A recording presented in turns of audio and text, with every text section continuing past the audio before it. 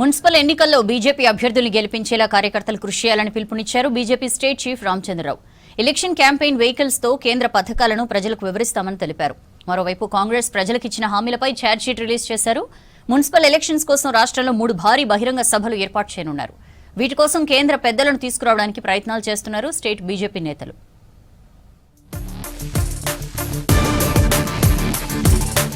కేంద్ర బడ్జెట్ పై కాంగ్రెస్ బీఆర్ఎస్ తప్పుడు ప్రచారం చేస్తున్నాయన్నారు బీజేపీ స్టేట్ చీఫ్ రామచంద్రరావు. కేంద్రం ఇప్పటికే రాష్ట్రానికి 12 లక్షల కోట్లు ఇచ్చిందన్నారు. హైదరాబాద్ బీజేపీ స్టేట్ ఆఫీస్ లో మున్సిపల్ ఎన్నికల ప్రచార వాహనాలను ప్రారంభించారు. రాష్ట్రానికి కేంద్రం ఇచ్చిన నిధులను వీడియో రూపంలో ప్రజలకు వివరిస్తామన్నారు రామచంద్రరావు. రాష్ట్రానికి ఇచ్చినటువంటి ఒక సహాయ కార్యక్రమాల్ని ఏ పథకాలైతే తెలంగాణలో మున్సిపాలిటీస్ లో కేంద్రం ఇస్తున్నదో, మేము ఇంతవరకు ఎన్ని నిధులు ఇచ్చినామో ఇవన్నీ కూడా వీడియోలో ఒక వెహికల్స్ లో దీని ద్వారా మేము ప్రచారం చేస్తాం. కాంగ్రెస్ పార్టీ, బీఆర్ఎస్ పార్టీ 2 పార్టీలు కూడా భారతీయ జనతా పార్టీ మీద, అదేవిధంగా కేంద్ర పార్టీ మీద తెలంగాణ ప్రజలకు తప్పుడు సమాచారాలు ఇస్తా ఉన్నారు. కరీంనగర్ లో మున్సిపల్ ఎన్నికల ప్రచారానికి శ్రీకారం చుట్టారు కేంద్ర మంత్రి బండి సంజయ్. ముందుగా శ్రీ మహాశక్తి ఆలయంలో ఎన్నికల ప్రచార రథాలకు పూజలు చేశారు. అనంతరం ఎన్నికల ప్రచార వాహనాలను స్వయంగా నడిపారు బండి సంజయ్.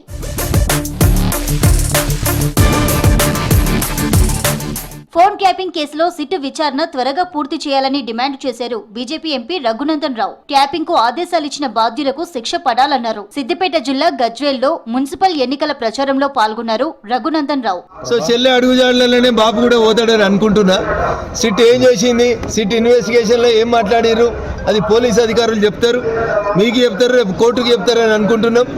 భవిష్యత్తు లోపల ఖచ్చితంగా సిట్ ఇన్వెస్టిగేషన్ పూర్తి కావాలని, దోషుల్ని జైలుకు పంపాలని, తప్పు చేసిన వాడు తనయైనా జైలుకు పంపిస్తా అని చంద్రశేఖరరావు గారు ముఖ్యమంత్రిగా జూన్ 2014లో తొలి శాసనసభలో మాట్లాడినటువంటి మాటల్ని గుర్తు చేస్తూ ప్రపంచంతో పోటీ పడేలా వికసిత భారత్ లక్ష్యంగా కేంద్ర బడ్జెట్ ఉందన్నారు ఎంపీ డీకే అరుణ. హైదరాబాద్ నుంచి 3 హైస్పీడ్ రైల్ కారిడార్లు కేటాయించారని తెలిపారు. వ్యవసాయ రంగం, టెక్స్టైల్స్, ఎంఎస్ఎంఈ పరిశ్రమలు, మత్స్య, పశుసంవర్ధక రంగాలకు కేంద్ర బడ్జెట్ ప్రోత్సాహకం అందించేలా ఉందన్నారు డీకే అరుణ.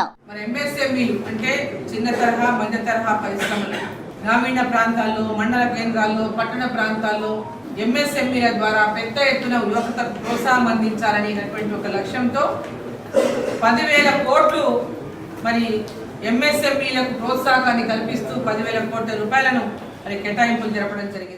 మున్సిపల్ పోరులో అభ్యర్థుల ఎంపిక కొలిక్కి రావడంతో ప్రచారంపై ఫోకస్ పెట్టారు రాష్ట్ర బీజేపీ నేతలు. ఈ నెల 4, 7, 8 తేదీల్లో భారీ బహిరంగ సభలకు ప్లాన్ చేస్తున్నారు. మహబూబ్ నగర్, మంచిర్యాల, నిర్మల్లో సభలు నిర్వహించనున్నారు. ఈ సభలకు బీజేపీ జాతీయ అధ్యక్షుడు నితిన్ నబీన్, కేంద్ర హోంశాఖ మంత్రి అమిత్ షా, మహారాష్ట్ర సీఎం దేవేంద్ర ఫడ్నవీస్ ను ఆహ్వానించనున్నారు కమలం లీడర్స్.